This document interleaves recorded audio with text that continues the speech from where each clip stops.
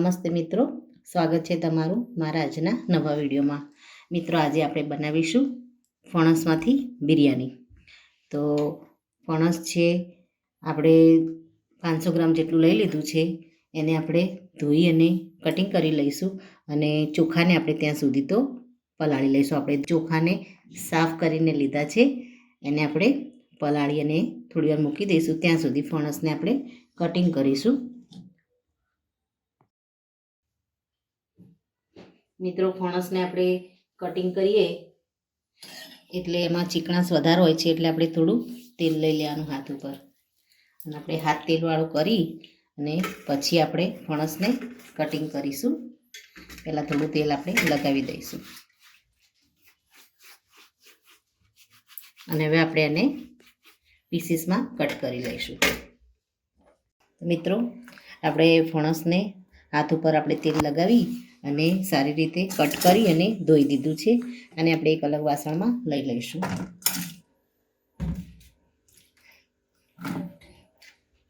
આની છાલ થોડી કઠણ હોય છે, એટલે તમે કટિંગ કરવામાં બહુ ધ્યાન રાખવાનું। આપણે આને મોટા મોટા પીસમાં કટ કર્યું છે।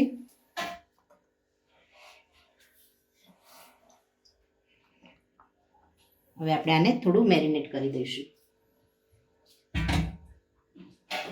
તો મેરિનેટ કરીએ એ પહેલાં આપણે મસાલો તૈયાર કરી દઈશું।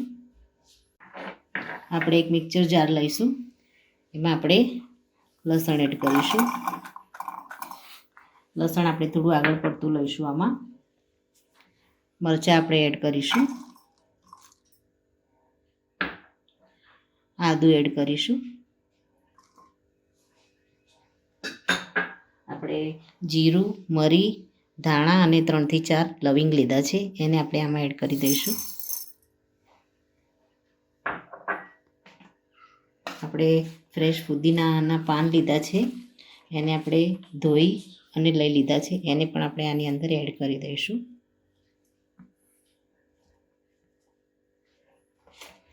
એની સાથે આપણે લીલા ધાણા પણ એડ કરી દઈશું। આને આપણે મિક્સરમાં પીસી લઈશું અને થોડું પીસાય ત્યારબાદ એમાં આપણે બીજા રેગ્યુલર મસાલા છે એ એડ કરી અને ફરી એકવાર પીસી અને આની પેસ્ટ બનાવી લઈશું। તો આપણે લસણ, ફુદીના, મસાલા અને આદુ મરચાંની સરસ એવી પેસ્ટ રેડી કરી દીધી છે। આપણે રેગ્યુલર મસાલા આમાં એડ નથી કર્યા, આપણે આમાં એડ કરીશું મેરિનેટમાં।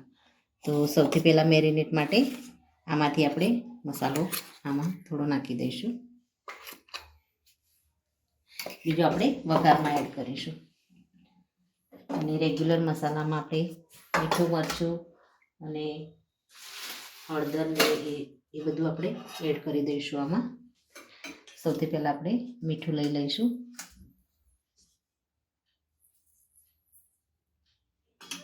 આપણે મરચું એડ કરી લઈશું, મીડિયમ તીખું, ગરમ મસાલો અને હળદર।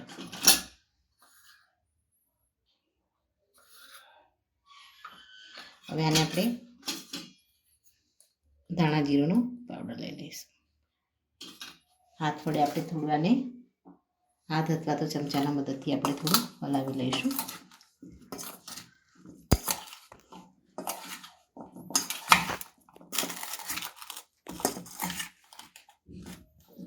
ઉપર આપણે થોડું દહીં એડ કરી દઈશું।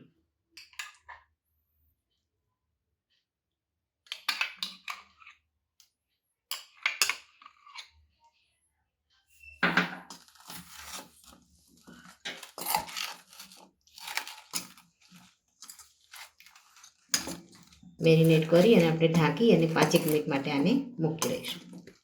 ત્યારબાદ આપણે વઘારની શરૂઆત કરીશું। મિત્રો આપણે માટીનું વાસણ લઈ લીધું છે, પોળું વાસણ લઈશું આપણે, જેથી કરીને આપણે બિરયાની સારી રીતે અંદર થઈ શકે। તો આપણે જરૂર મુજબ તેલ એડ કરી દઈશું। પહેલાં તો તેલ આપણે થોડું આમાં આગળ પડતું લઈશું।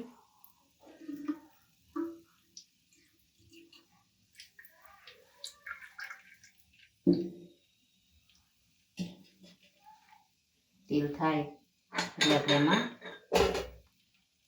વઘાર માટે 2 તેજ પત્તા એડ કરી દઈશું.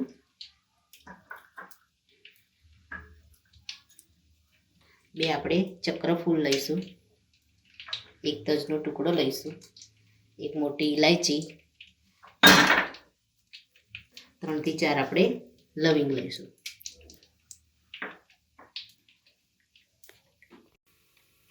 મિત્રો 1 આપણે લાલ મરચું એડ કરી દઈશું.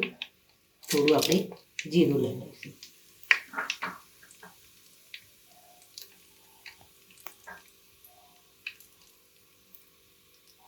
ત્રણ થી 4 કળી આપણે આખું લસણ લઈ લઈશું.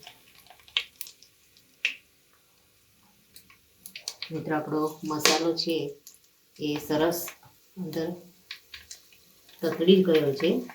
હવે આપણે આની અંદર જે પુદીના અને મસાલાની જે પેસ્ટ આપણે ક્રશ કરીને રાખી હતી થોડી, એને આપણે આની અંદર એડ કરી દઈશું. થોડી આપણે મેરિનેટમાં યુઝ કરી છે અને થોડી વઘારમાં આપણે એડ કરીશું.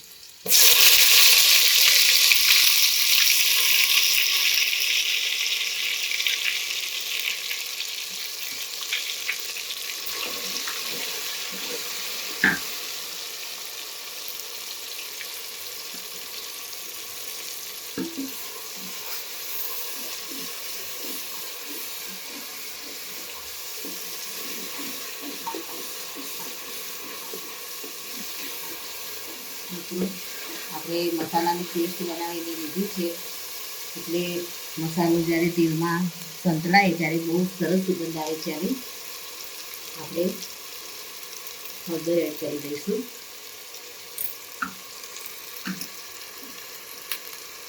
લાલ મરચું એડ કરી દઈશું.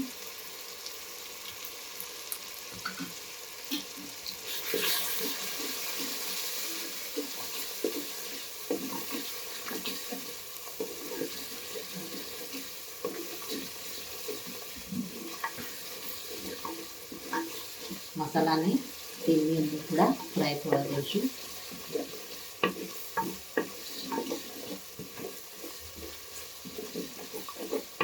આપણે લીલા મરચાંની પેસ્ટ લીધી છે એટલે આપણે મીડિયમ તીખું મરચું ઉપયોગ કર્યો છે.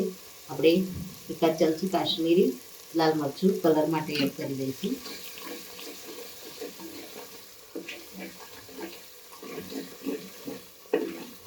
ગરમ મસાલો આપણે એડ કરીશું.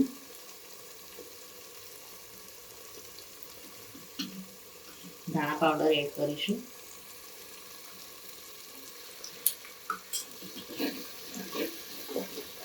મસાલા આપણા સરસ એવા સંતળાઈ ગયા છે અને આપણે જે મેરિનેટ કરીને ફણસ રાખ્યું હતું એને આપણે આની અંદર એડ કરી દઈશું. મસાલા આપણા સરસ એવા ફ્રાય થઈ ગયા છે.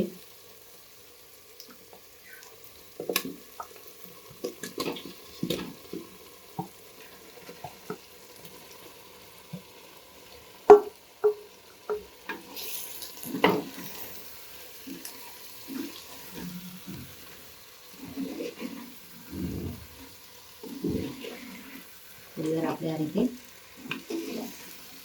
ચલાવી લઈશું જેથી મસાલા બધા ફણસમાં લાગી જાય.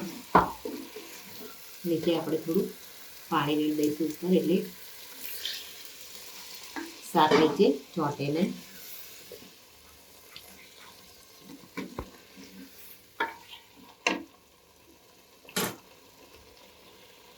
મિત્રો આપણે શાક ડૂબે એટલું પાણી એડ કરી દઈશું આની અંદર અને શાકને આપણે ઢાંકી અને પહેલાં તો કૂક થવા દઈશું.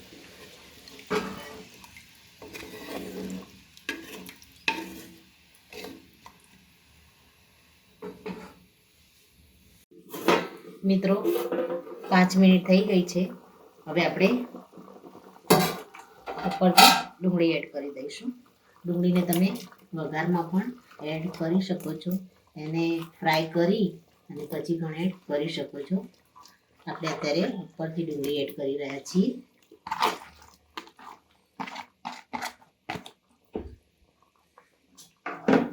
હવે આપણે 10 મિનિટ માટે થવા દઈશું એટલે ડુંગળી આપણી સારી રીતે અંદર સોફ્ટ થઈ જાય.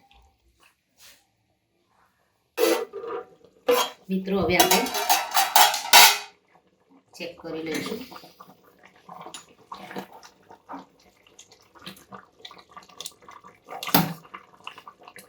આપણું શાક છે એ સરસ એવું કૂક થઈ ગયું છે. હવે આપણે બાસમતી ચોખાને આપણે જે પલાળીને રાખ્યા હતા એને આપણે આની અંદર એડ કરી દઈશું.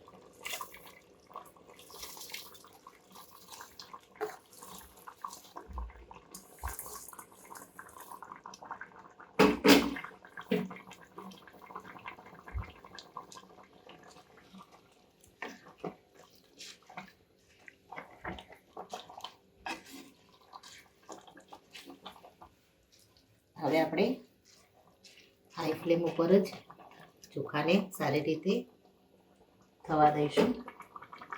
ઉપર આપણે થોડા લીલા ધાણા એડ કરી દઈશું અને ઢાંકી અને આપણે 10 થી 15 મિનિટ માટે આને થવા દઈશું. તો સરસ એવી આપણી બિરયાની બની અને રેડી થઈ ગઈ છે. હવે આપણે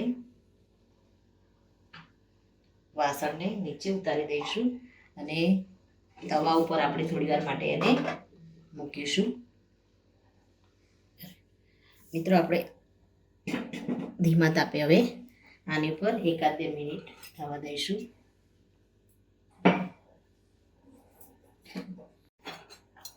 આપણે વચ્ચે એક વાટકી મૂકીશું, એમાં આપણે કોલસો મૂકીશું. ઉપર આપણે હિંગ એડ કરીશું થોડી અને આપણે થોડું ઘી એડ કરી દઈશું અને વાસણને ઢાંકી અને 2 થી 3 મિનિટ માટે આપણે થવા દઈશું. મિત્રો આપણે ઉપર થોડો વજન મૂકી અને આપણે ઢાંકીને રાખ્યું હતું. હવે આપણે ચેક કરી લઈશું.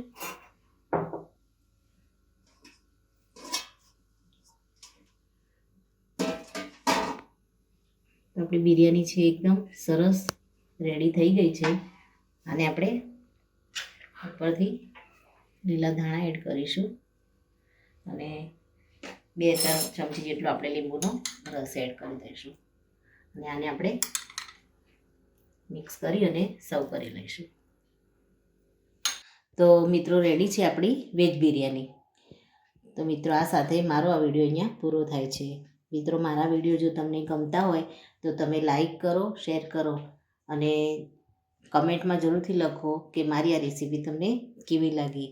મારી ચેનલ દેશી સ્પૂનને સબસ્ક્રાઈબ કરવાનું ભૂલશો નહીં. ફરી મળીશું એક નવા જ વિડીયો સાથે. ત્યાં સુધી આવજો મિત્રો. Thank you.